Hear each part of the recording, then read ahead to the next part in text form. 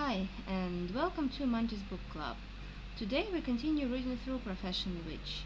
If you are watching this on Twitch, you can find previous episodes on my YouTube channel, acidmanticore. The record of this episode will be uploaded to my YouTube channel tomorrow, day after, or somewhere within a week, hopefully. So, if this is the first stream that you see, you can safely pause it and go listen to the beginning of the book, or you can continue listening to this one and find out what happened in the beginning later. Today we are starting with lecture 10, Unnatural History.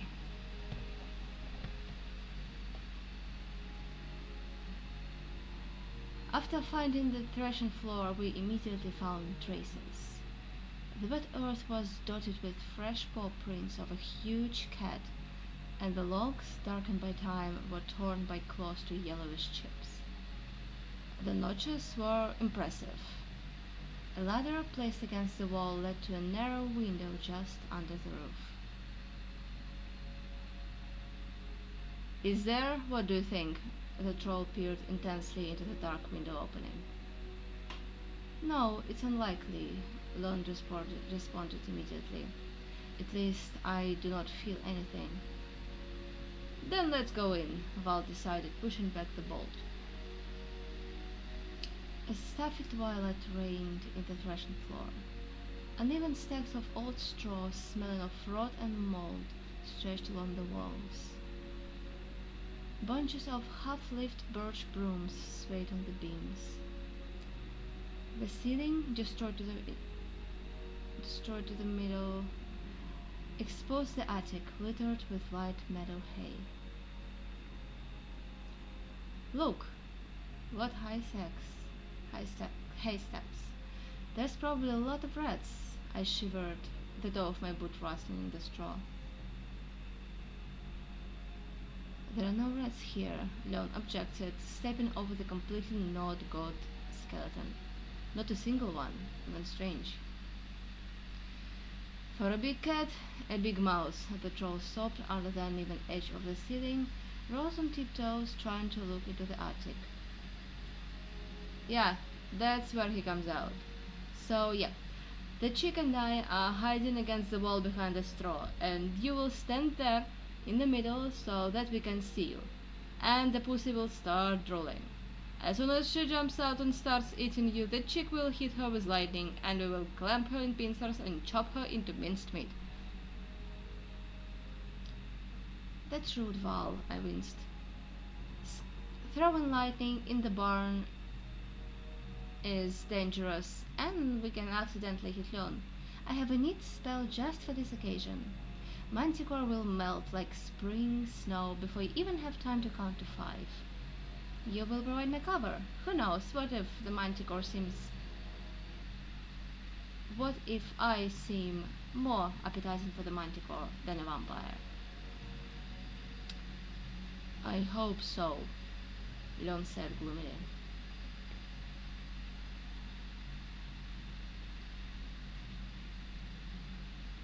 The rooster, pretending to be a night owl, crowed loudly, and almost immediately Val elbowed me in the side. Choking on my breath, I followed his gaze, resting on the straw markings in the attic. Something moved there. I muttered a night vision spell. The barn suddenly brightened, simultaneously painting the inside of the building in cheerful purple tones. Now I could clearly see the big forehead of a cat looking around. The manticore made itself something like a hollow in a haystack, peering curiously out of a narrow hole. Lon shifted from foot to foot, and the animal instantly alerted its sharp ears with funny tassels at the tips. On its mustached muzzle froze the naively surprised expression of a kitten seeing a live mouse for the first time in its life. After a pause, the manticore climbed out of the straw, shaking off its paws one by one, like a cat emerging from the water. Curling into a ball and lowering its muzzle, the animal stood at the edge of the attic, flicking its tail on the boards. Then made up its mind and jumped off. Gliding gracefully on its leathery wings, the manticore landed 10 cubits from Leon. Both feigned keen interest. Leon's hand groped for the head of the sword, and the manticore fell to the ground, twitching its long tail. "Female," I whispered. "It is bad. She is smaller but much more agile." Kitty stretched, releasing her claws and arching her back. "Brr?" she asked affectionately. "Cut it off," the troll breathed hotly in my ear. Yes, yes. Let Leon distract her somehow." The vampire glanced indignantly in our direction. He did not hear me in the literal sense of the word, but he could easily read thoughts within a radius of up to 500 cubits. "What to distract from?" "At least from himself." I frantically rummaged through my bag. "Not that. This is for the 6th year, but it's needed for the first semester of the 7th. What are you looking for there?" Val looked in surprise at the pile of notebooks that had fallen out of the overturned bag. "Summary! I forgot the spell." "What?" Val roared, completely forgetting about conspiracy. "Well, yes! Who doesn't it happen to? Magicians are people too." The tip of the sword described a sparkling arc. The tail curved like a question mark. The long tassels fluffed out, revealing a curved scimitar sting, the size of a palm, in the cavities of which poison wetly glistened. The vampire and the manticore circled around the threshing floor, keeping their predatory narrowed eyes on each other. "How does it look?" The troll quickly flipped through the first outline he came across. "Oh, well, you magicians have weird symbols. I can't make out a single rune." "Where? Oh, this is just my handwriting." Psst, psst, psst. The vampire suddenly cooed, extending his free hand to the manticore. I felt cold. The Lord of the Gala has gone crazy. The manticore lay down and scratched the floor with the tip of her tail, purring. Leon lowered his sword. After hesitating, he put it behind his back. "What are you doing, you son of a khir?" the troll yelled, jumping out of the haystack. "Hit her! Hit her at face!" Neither Leon nor the manticore paid him any attention. I belatedly remembered that manticores can smell a person a mile away, and our presence in the barn was not news to her. The beast turned over on its back, spreading its wings on both sides of its body.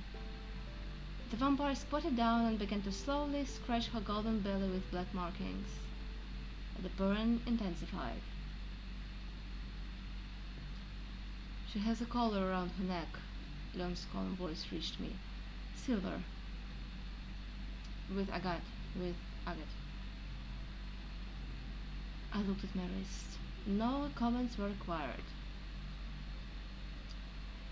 Shaking off the hay, me and Val carefully approached a picturesque group in the middle of the barn.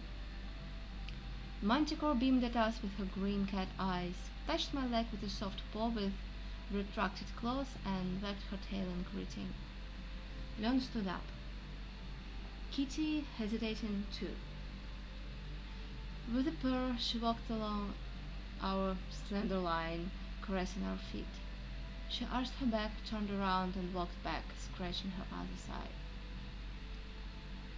"He will kill me," I thought, backing towards the wall. Leon came at me furious as a demon. "Well, did you find the spell?" he asked, exaggeratedly affectionately. "Well, how can I tell you?" I hit the wall and was now crawling along it towards the exit. "You see, Leon, every profession has its own costs. Yeah, didn't you think that the cost might have a different opinion on this matter?" Ellen's voice really exuded sweet poison. Yeah, it turned out kinda bad. A void appeared behind me, a door. Not caring what they thought of me, I turned around and ran away to the hooting of the troll. We ended up spending the night in the tavern. I have no idea where and how the manticore passed the night, but as soon as Dawn whistled while riding past the barn, she flew out of it like golden lightning, frightening the horses. After running around among the hoofs, the pussy took a position on the left flank of our formidable army, that is, on the side of Chamomile. If earlier, at the sight of a blonde knight in full armor, a big-faced troll, and a red-haired witch, oncoming travelers simply pulled over to the side of the road, now the unfortunate ones ran away screaming, cursing, and showing signs of the cross, leaving their goods lying in the middle of the road. Dragging this beast with you is like dragging a corpse on a rope, Val grumbled. They'll throw us into a hole because of her. Go, prove that she is tame and we are not demons. As I understand it, the mage created it to hunt robbers, but suddenly died and the kitty was left without an owner. Naturally, she had to look for food on her own, and when the robbers and publicans ran out, the kitty took on the beggars. He hit her in the face with his staff. Leon looked thoughtfully at the manticore. She got scared and lashed out with her tail. She was scared. What if some crazy knight comes our way with a joyful cry, rushes to perform a heroic deed? Chick, would you be able to hold her? I don't know. I don't want to try. I wasn't in the mood to enter into lengthy discussions. Leon didn't talk to me, but pointedly turned to Val when necessary. Looking ahead indifferently, he continually urged his horse on with his heels.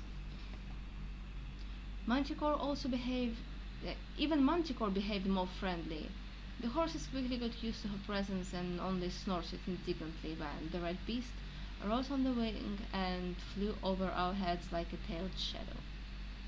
In the sunlight, the kitty's fur shimmered with all shades of molasses. The spine and tips of its white paws were black. Its sides were honey red with chestnut spots randomly scattered throughout its short, shiny fur. The muzzle was cute, like a kitten's, and there were long black tassels on the pointed ears. During the hour's journey, our kitty managed to catch and profit from 3 quails and a dozen voles on the move, maintaining the set pace without any visible effort. A noble beast, huh? Val laughed, watching the nimble hunters approvingly. What's her name? Manka, in a word. Let's take her to a healer. It's on the way, I decided. He has what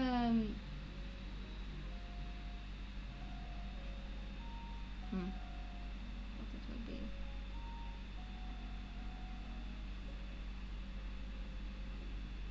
He has a personal shrine in the thicket of the forest. Dogs are constantly killed by wolves and lynxes. Maybe at least this beauty will take root? Why does he need dogs at all? You can't imagine how many tramps and robbers are trying to take possession of the hermit's meager property. Yes, wild times have come, the troll chimed in. There is one thing I can't understand. Why would your healer fall in love with the thicket so much? Who is he hidden there? Lieshes and Kikimeras? No, nothing like this. The thicket is a thicket, but around the forest there are villages. And as soon as something happens, they send a smarter kid to the magician. You see, Val, the villagers have a rather peculiar way of thinking. If you manage to help them, you are a magician. But if you made a mistake, you're an evil warlock. At the stake, you bastard. So the magicians are trying to be seen by people less often, settling in forests and starting subsistence farming. Val laughed. And you chick will with turnips? Don't confuse the herbalist with the practitioner. I will travel doing good, rooting out evil, and getting away before the fuss begins. Uh-huh. You need to get married. You stayed maiden for too long, so all sorts of nonsense gets into your head. The troll shook his head with conviction. Well, how can you find a fiancé when around here are only vampires and trolls? I joked. Do you know Blackgrass Bush? Yeah, was there. There are various stories about it, but nothing interesting. The usual set. Ghouls, uh, leashes, monsters of every taste. Leshy knows them, I only see wolves, and there was scared and shabby. Well, he lives in the bush. Healer? Right. We'll be there in the evening, and we won't have to make a detour. We'll ride right through the bush along the river, which is called Viluka. Will your hermit even let us into his house, or will I have to while away the night under a bush? Well, this I don't really know. I never seen him. Just teacher said that his old friend, Master Herbalist, a professional of the old school, lives in the bush. Um, he was offered to lead the department of herbalists, but he refused. He says, not healthy enough to tame the adepts. It's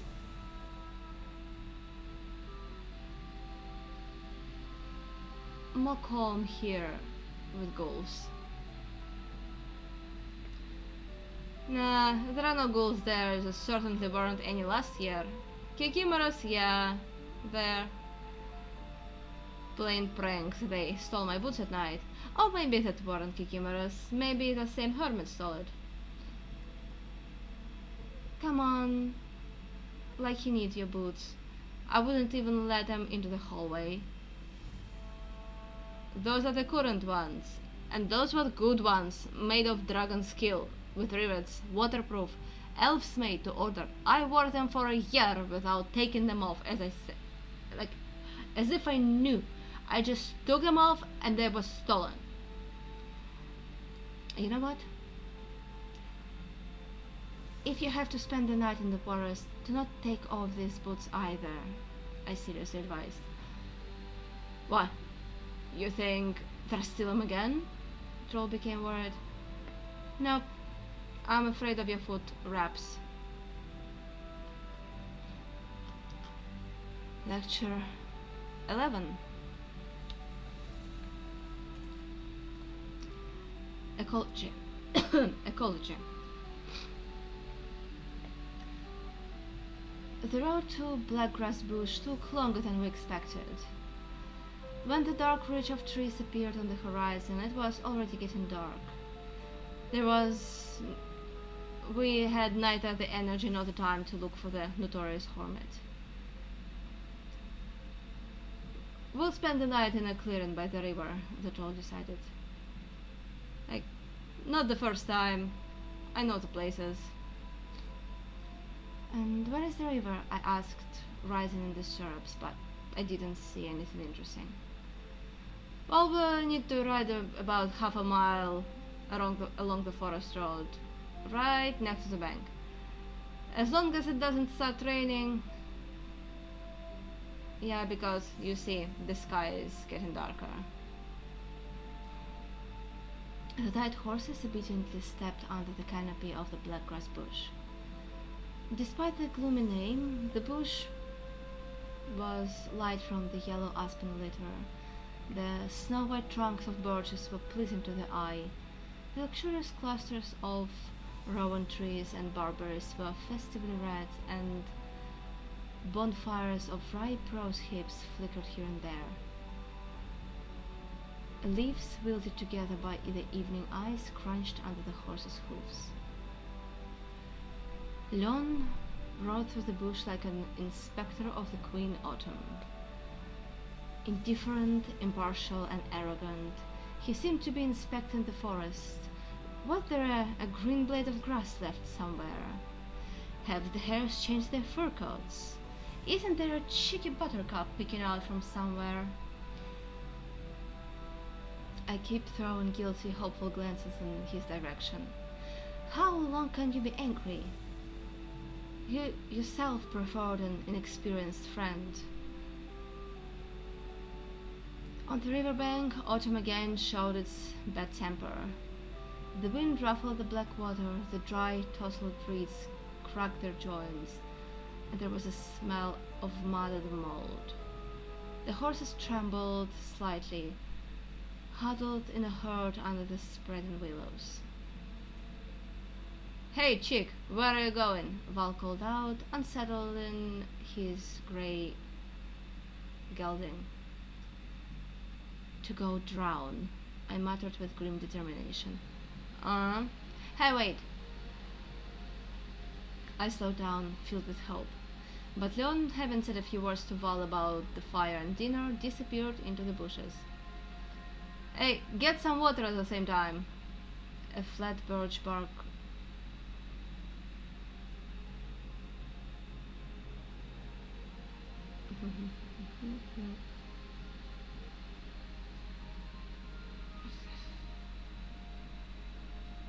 uh, flat birch bark flask flew towards me.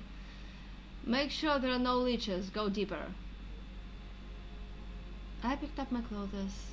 I picked up the flask and set off on my final journey.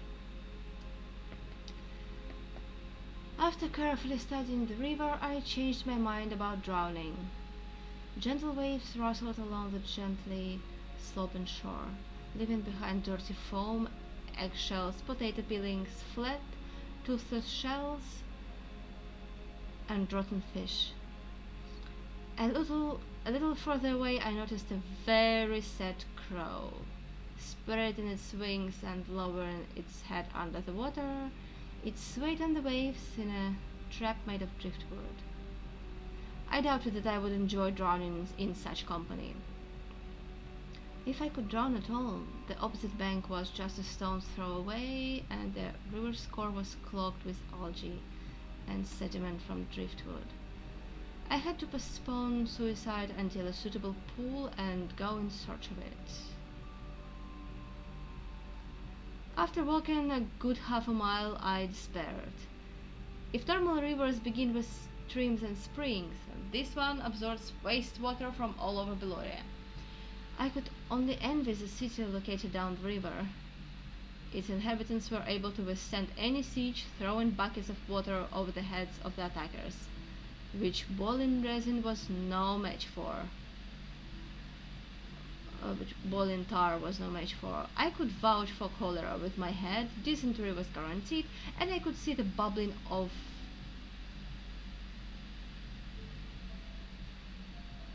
E. coli with the naked eye. As far as I remembered, most of the bag of provisions was occupied by buckwheat, bought in the village. A nutritious and healthy thing, but alas, inedible in its raw form. Cooked in river water, it will be completely poisonous. The fallback option, waiting for morning and collecting dew, didn't suit me much. I wanted to make it rain, but I remembered the instability of autumn weather and decided not to risk it. The sky was already gloomy. If I give it a push, our camp would be washed away, along with a couple of nearby villages. It's time to go back. It seems like thunderstorm was coming, and the guys have probably already set up a hut and lit a fire. But they don't know, poor people, what callous news I bring to them. I took a couple more hesitant steps and fell headlong into a offering window hidden by dead grass. The long-awaited pool greeted me more than cordially, but I didn't want to make it happy with my mortal body. Having somehow climbed out of the flooded hole, I discovered the disappearance of the flask. The irony of fate is, if there is flask, there is no water, there is water, but no flask. Go put it in my pocket, or in the boot. Well, why bother though? I already resembled a thundercloud. I was leaking water and throwing thunder lightning at all the known gods. Blasphemy has long and firmly held first place in the list of my mortal sins. Probably the demons decided to reward me. A light birch bark flask sparkling with light sides slowly rose to the surface. Rejoicing, I leaned towards the opening until the demons changed their minds. But they did not provide free services. Hundreds of ice thorns and someone's bony fingers dug into my hand. A green hummock stuck out of the water, covered with algae, snails, leeches, and other aquatic life. At the base of the hummock, yellow fish eyes gleamed. The nose curved into a hook, and the mouth was buried in a beard of prickly hornwort. "What is this?" the merman rumbled, sticking out the water up to his waist.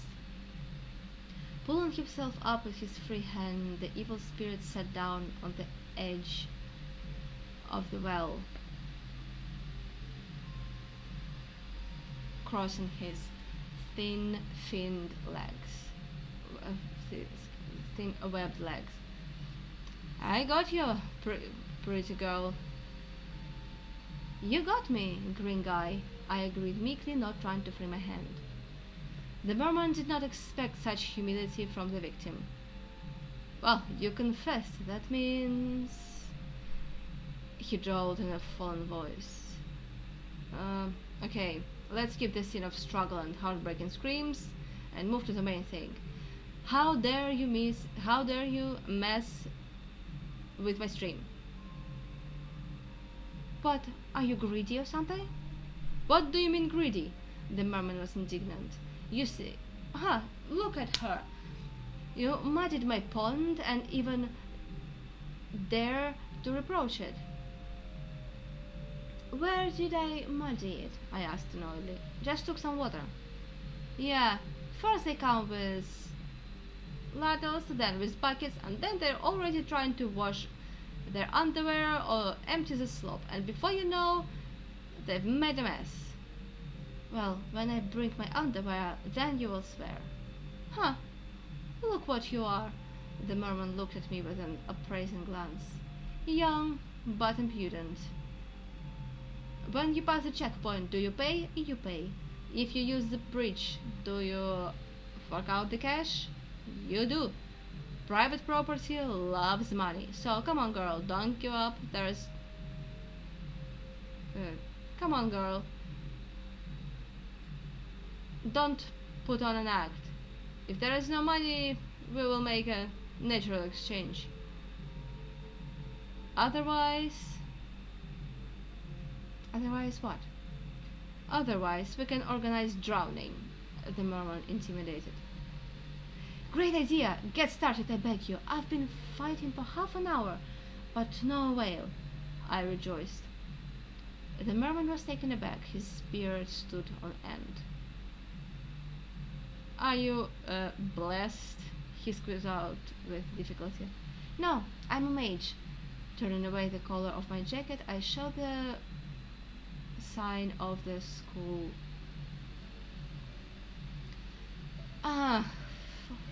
Leshy," the merman gasped, releasing my hand and quickly jumping back into the well.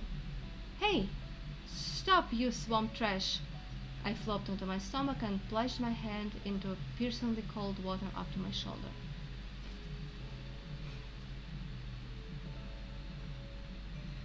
The guys did not waste any time. The fire was blazing. Val was completing the construction of a canopy, the basis of which was two thin birch trees tied at the tops. Leon was getting out of the bushes with an armful of brushwood, and Manticore was mousing nearby. The summer turned out to be fruitful, both for all kinds of grains and for the rodents that feed on them. Judging by the indifference with which Vanka swallowed another bowl, we had a good chance of waking up completely, like in full completion. Unless, of course, I die of pneumonia. When the guys saw me, they were speechless. The boots squelched like clogged noses, the jacket dripped, the hair hung in unkempt tow, the eyes were swollen, and the nose and ears shimmered with cheerful crimson tones. I hobbled along on stiff legs, trying to minimize contact with wet fabric on my pants, but I was still shivering from the cold.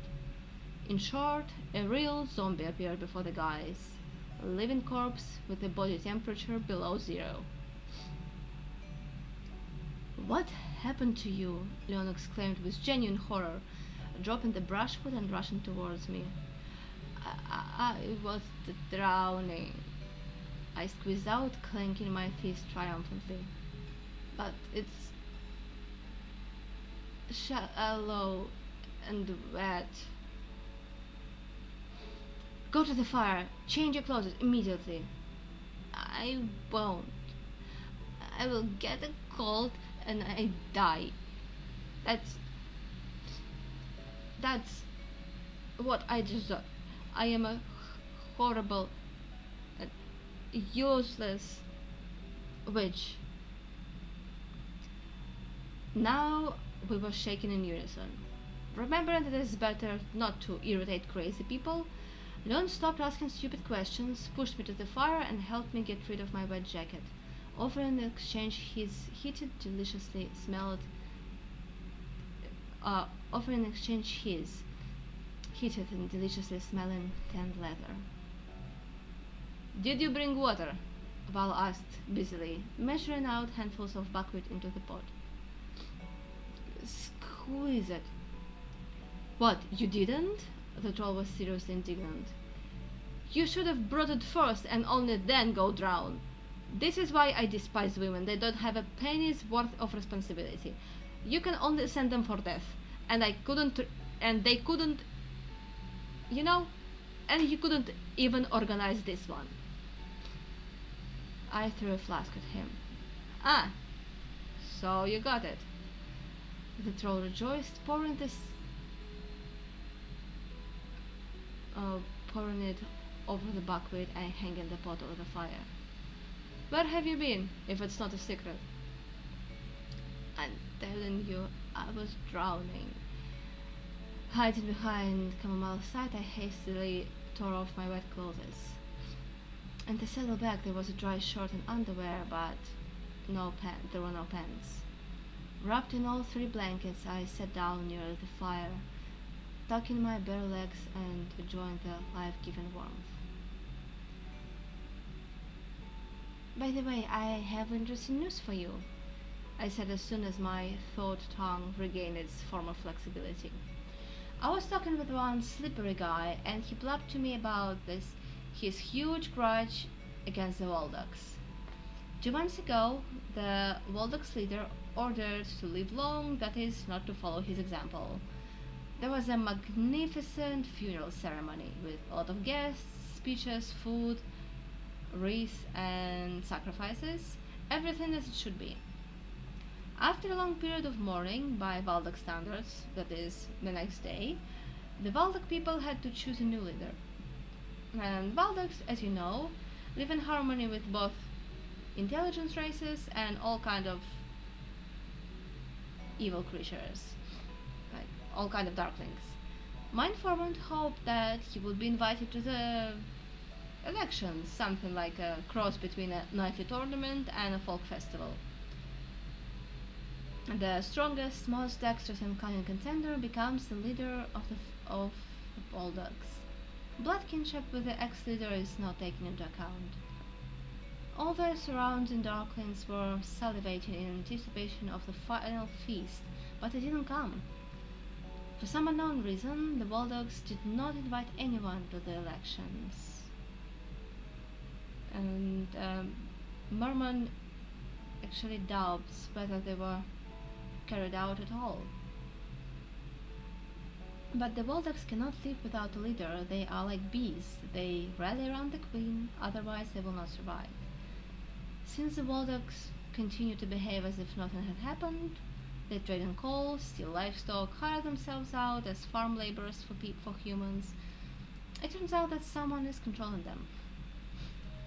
And this someone organized the theft of the crappy sword? Val asked incredulously. Well, this is the only clue so far.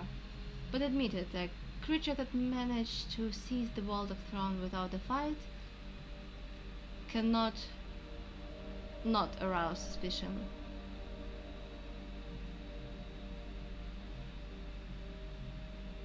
Not just seize. Instill respect in Bulldogs. Otherwise they would simply run away, no matter how powerful the new leader is. It's going to be tough for us, chick. It's one thing to fight for a usurper and quite another to defend a beloved leader. Do you think they will be hostile?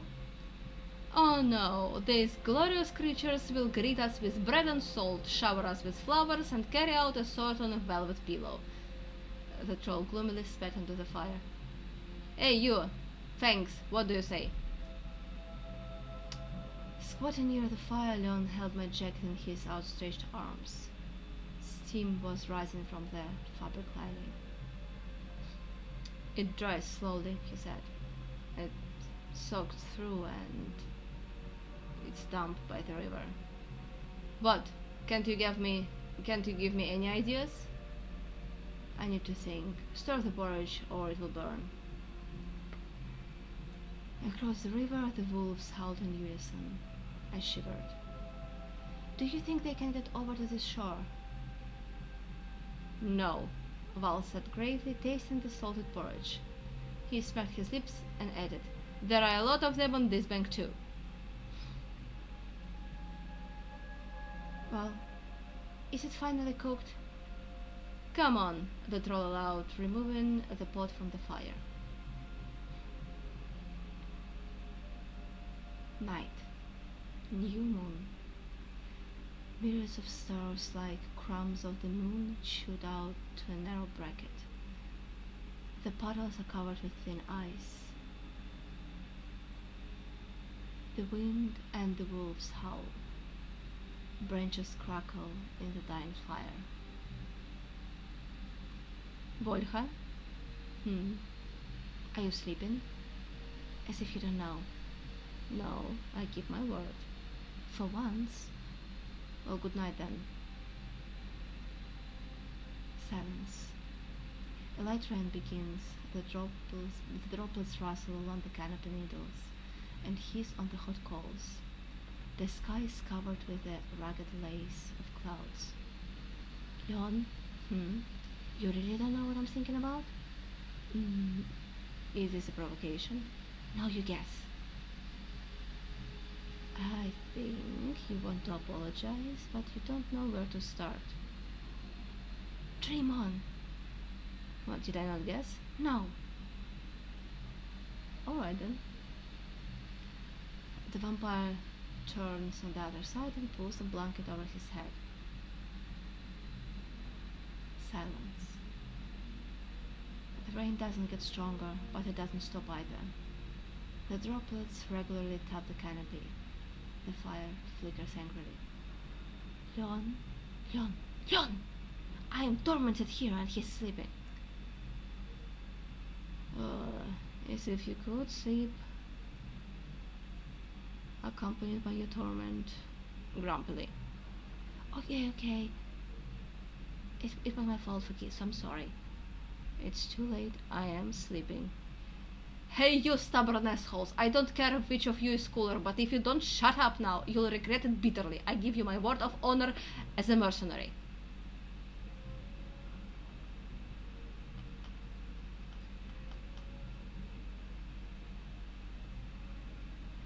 Lecture 12.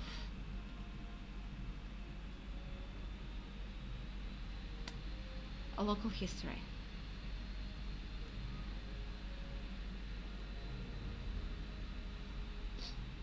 Autumn nights are cold, and when I woke up, I found that my arms were passionately wrapped around Leon's neck. My left leg, I was lying on my right side, on the edge closest to the fire. Quite slender, I must say, curled the side of the vampire and ends on the child's stomach. And the vampire himself has his arms wrapped around my waist. I looked at his beautiful, serene face for a long time, listening to his barely audible breathing. A golden strand of hair escaping from under the hook crossed diagonally across the high forehead.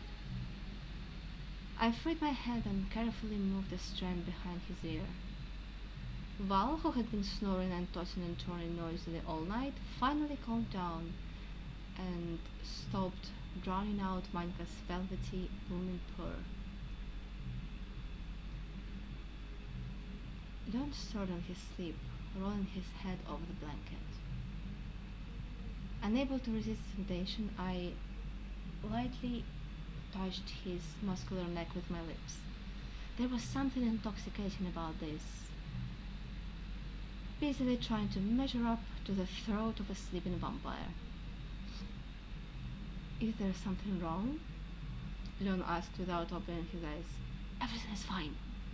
Then why are you smelling me? Well, I'm just trying to figure out what a vampire's breath smells like, I quipped. And what, then? Leon was clearly interested. Buckwheat porridge, I admitted embarrassedly. And the burnt one. Next time you'll cook it yourself, said the troll.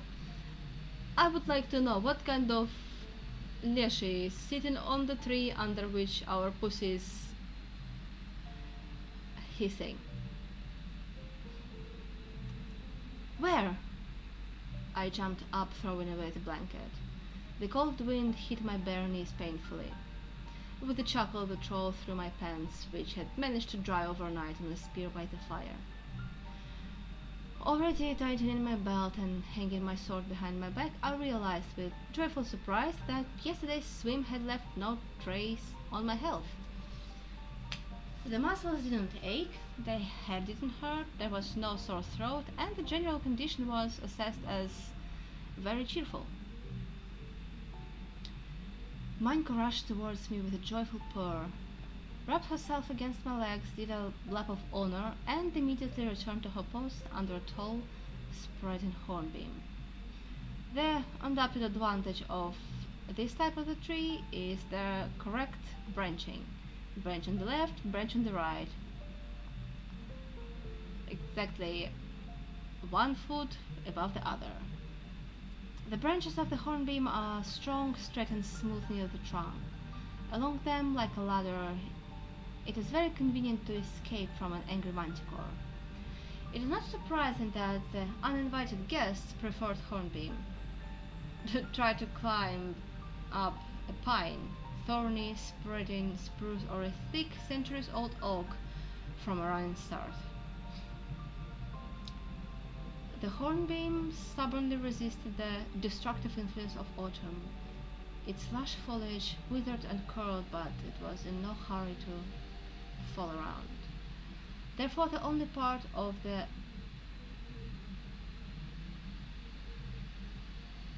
climbers that I could see were boots about size 50 on an impressive platform with silver rivets and sweeping lacing.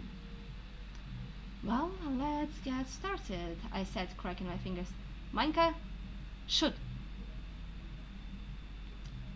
The wind roared, the foliage was scattered to the sides, and we saw 2 unusual birds nesting among the bare branches. The one sitting higher seemed to be at least 80 years old at first glance. A grey beard fluttered in the wind like a flag on the mast of a sinking ship. A long, loose robe and a hooked staff showed that he belonged to the magical fraternity. He was kept company by a tall guy in a jacket belted with twine. His trousers were full of patches, his boots glistened with wax. My boots! The troll screamed, jumping up to the hornbeam. Come on, take off other people's property, you thief! Fuck you, the guard responded disrespectfully. Get lost, mercenary, before my teacher turns you into a vile bug. The old man winced with displeasure, touching the student's elbow. Val colorfully explained where a guy could put his teacher, a vile bug, and a sugar beet weighing half a pound. The guy showed the troll a heavy fig. Horriblest, I thought. A practicing magician would jokingly deal not only with the mercenary but also with the manticore. But the magic of herbalists, with rare exceptions, did not extend beyond potions, simple telekinesis, and harmless illusions. Meanwhile, the troll got seriously angry and started climbing the hornbeam. The guy, in turn, began to descend. Irritated by the overnight stay in under the skies, the magician's apprentice was very determined. Hey, hey, stop it! I hastily intervened, grabbing the troll by the leg. Val, get off! Yeah, man, help your teacher. Manka, shush, I told you. Don't worry, she stammered. Leon, call her already. Be careful, there is another branch. I wasn't able to restrain the troll, but the herbalist, who had stumbled on the last branch, fell right into my hands. Val, hearing the noise of our joint fall, postponed revenge until a more convenient opportunity and jumped to the ground. Master Herbalist, if I'm not mistaken? I inquired chokingly from behind him. You guessed it, young maiden. The old man, groaning, rose to his feet with the help of the troll, and in turn gallantly extended his hand to me. It seems that the magical path did not leave you indifferent as well. How long have you been practicing? I'm still learning. Here's my symbol. Volheredne, the herbalist intoned. Well, let's get acquainted, colleague. Which department have you chosen for improvement? Herbalists, pythias, alchemists? Practitioners, I modestly admitted.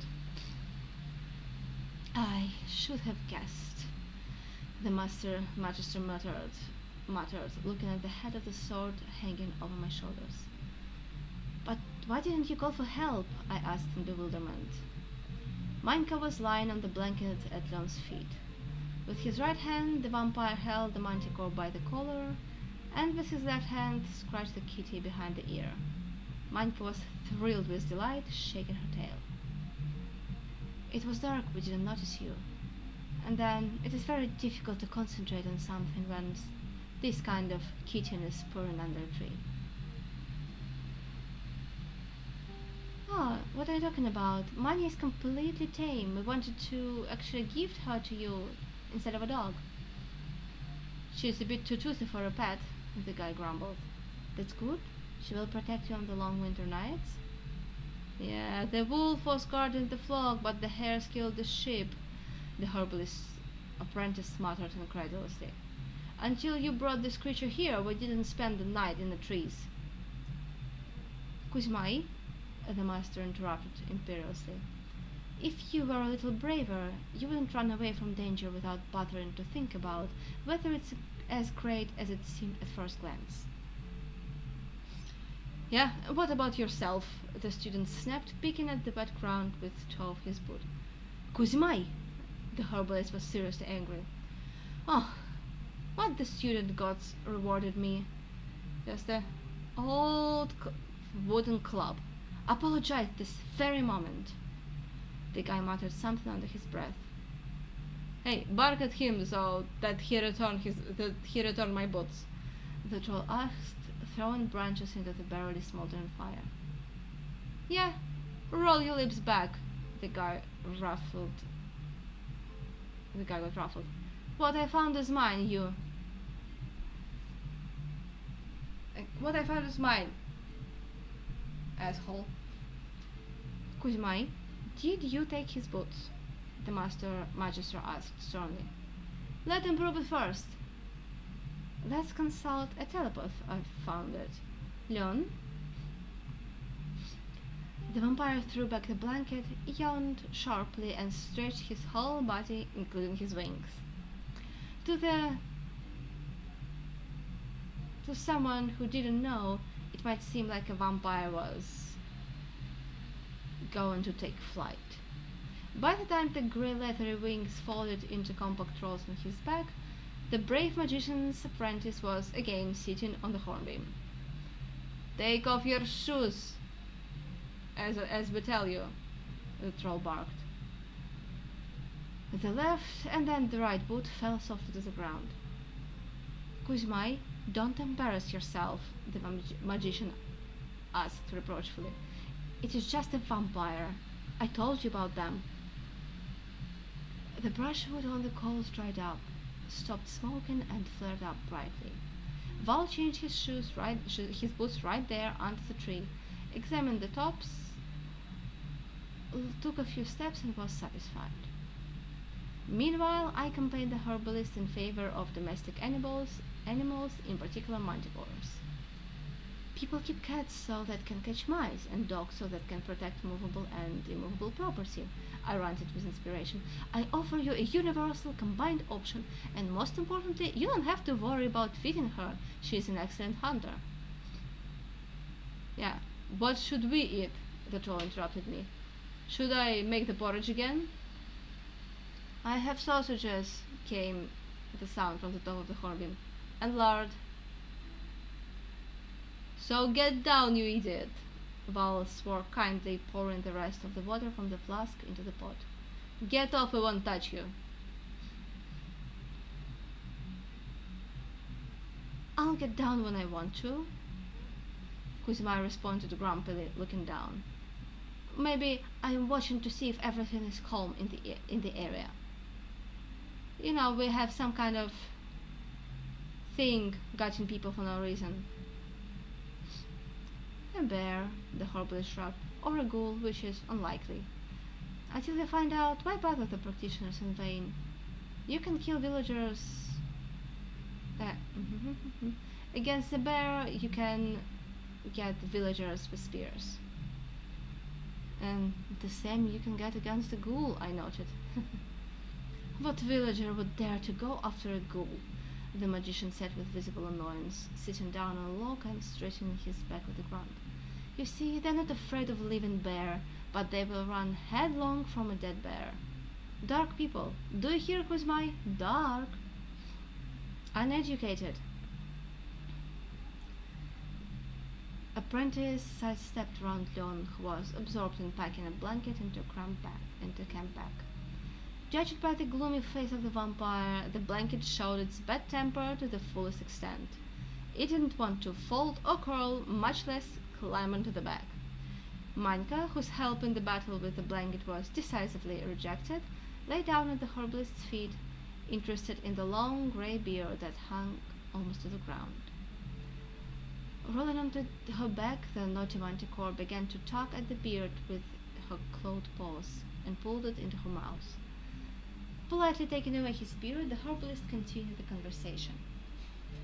Troubled times have come. There is no way to save people from all kinds of monsters. Either the bats will carry the child away, or like thick ghoul will appear in the gully. In the swamp at night, chimeras howl and scratch at the lodges. The crows circle over the villages. Porps flee, as if they sense feast. And just 2 months ago, the forest was so calm. Villagers weren't afraid to let their 5-year-old children pick mushrooms. 2 months, Leon said meaningfully. I nodded. Yeah, I bet it had something to do with the change of power amongst the Waldogs. Oh, so the school sent you. The herbalist was genuinely happy. It is high time. I have already sent 3 letters, but all to no avail. I didn't want to upset the nice old man, and I confirmed that yes, we are official representatives of the school. Is it possible to find out what's going on? Maybe I'm wrong, the herbalist began cautiously, but it seems that forbidden magic is happening in the vicinity of the village of Nizhny Kasute, namely black magic rituals. It is to their echoes that all kind of evil spirits flock to them like bees to the honey. And what kinds of rituals? I asked. Resurrection, like raising from the dead, summoning spirits, human sacrifices? The herbalist waved his hands. I have no idea, it's not my specialty. But it seems to me that the necromancer is still just training. Maybe accumulating strength for a decisive breakthrough, perhaps establishing a connection with the other world, testing artifacts, mapping out portals. Have you tried to find his lair? Of course I tried. I even found the epicenter of magical vibrations. You won't believe where. In an open field. Approximately in the middle between Nizhny Kasute and Sivagorka.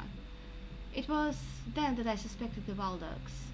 Their city, Moltudir, is a little further beyond Kasute, but the Valdogs have no trouble digging a tunnel of that length. Maybe it's not them? Are there many natural caves underground suitable for a necromancer's office? You didn't talk to the Waldogs. Didn't you talk to the Waldogs or go to the city itself? I walked. The herbalist sighed heavily, involuntarily rubbing his lower back. They threw him away, the apprentice finished, taking out of his knapsack a peak of lard wrapped in a burlap sack. They gutted his back, took away his amulets, and blackened his eye. He showed up at night, grimy and ragged like an old demon, cursed in a sophisticated way, and didn't let me sleep until the morning. Kuzmai, herbalist interrupted shyly. What Kuzmai? The student did not let up, cutting the lard on the lock into cubes. It's always Kuzmai's fault with you. And I told you right away, don't meddle with these non-humans, there is no point in mixing with all sorts of dirty tricks, and it turned out, as I said. Get out of here, you red face!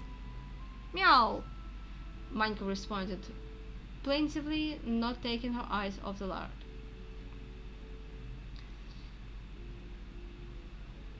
After adding lard to the boiling porridge, Kuzma again untied the knapsack and, like a wizard, pulled out of it an endless garland of small plump sausages. So, picking up a thick piece of wood, the troll drew a wavy line along the ground. This is Veluka. Here are we. Val poked the end of the wood chip 3 times to the left of the line. On the other side of the river is Goat Jump Yard, Rotten Swamp. It stretches for 10 miles in both directions. Behind the swamp is a low-lying plain where Nizhny Kasute is located. To get to Kasute, we need to ride along the river to the end of the swamp, cross here, go around the swamp, and go in the opposite direction. Big hook, Leon winced with displeasure. We'll lose the whole day on this detour. Hey, dinner is running away! Kuzma screamed in a voice that was not his own. The sausages were not destined to rot ingloriously in the stomachs of 5 hungry wanderers. Wriggling and jumping, they moved away from us with the speed of a mischievous manticore. I mentally reached out and grabbed the sausage tail. An unexpected jerk turned Manka 180 degrees. She fell on her side, not unclenching her teeth and furiously working with her paws. If the leash had been a little stronger, she wouldn't have gotten away from us, but the sausage skin couldn't stand it and burst. The inspired Manka flew up to the top of the hornbeam, still clutching the fragrant chain in her mouth. The scrap I received was in such an unsightly state as if it had already been eaten, covered in dust with teeth marks and holes in the skin. Manka devoured the sausages like a stork devoured a snake, without chewing, whole, convulsively swallowing. Well, you see, she behaved very nobly at night, I said in confusion.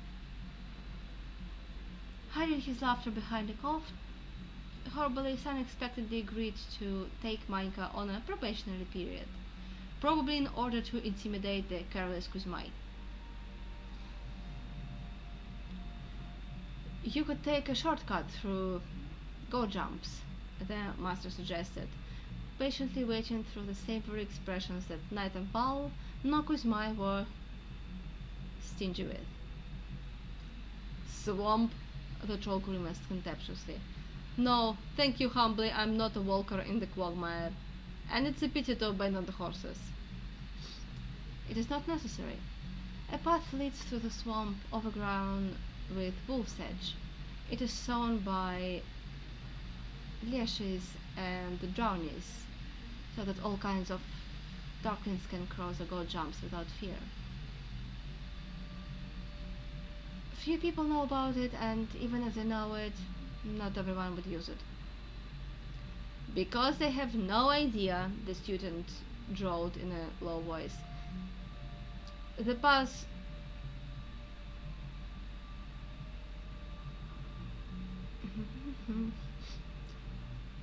the path is very wavy and there is a lot of similar sedges in the swamp. Yeah, they will get bold, look at the crowds, take a step off the path, pop, and remember what they were called. That's what I mean too, muttered the troll, not at all convinced. Val, I passed herbal science with an excellent mark, I reminded.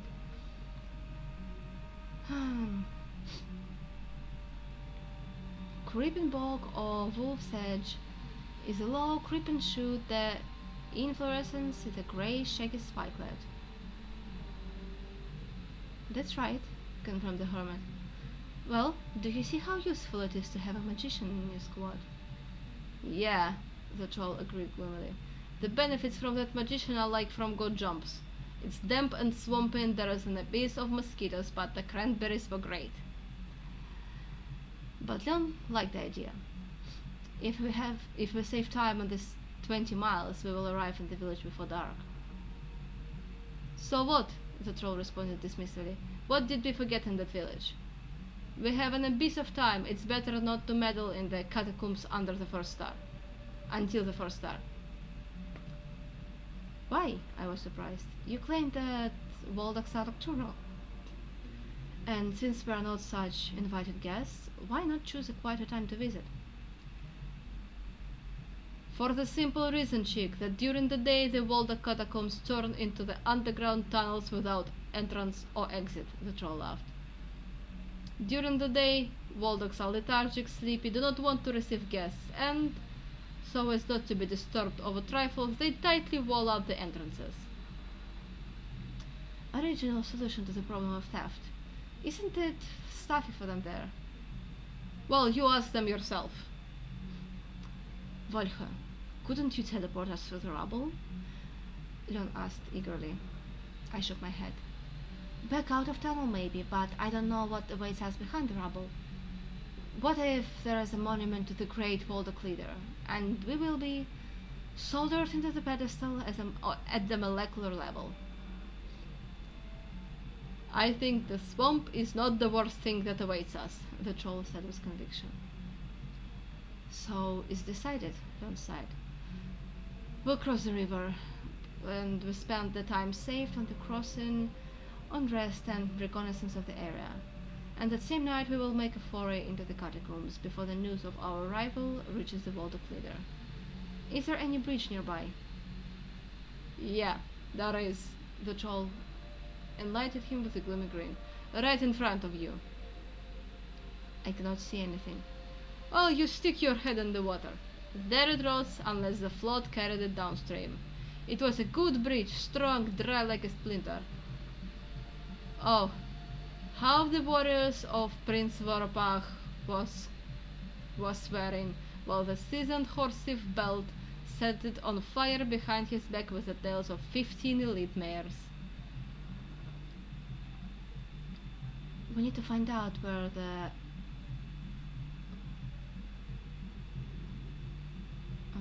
cross is, I said thoughtfully, peering at the opposite bank. It is easier to find out where the pool is here. Just look at this riverbed. The water is knee deep. Yes, but the bottom is unstable, alluvial. The horses can get stuck. Well, we'll have to take a risk, the troll shrugged. Let's just refresh ourselves and we'll be on our way. Has anyone ordered a manticore stuffed with sausage? Minka meowed repentantly from the top of the hornbeam. And this is where we end for tonight. Thank you very much for joining me. We went without break this time. And good night.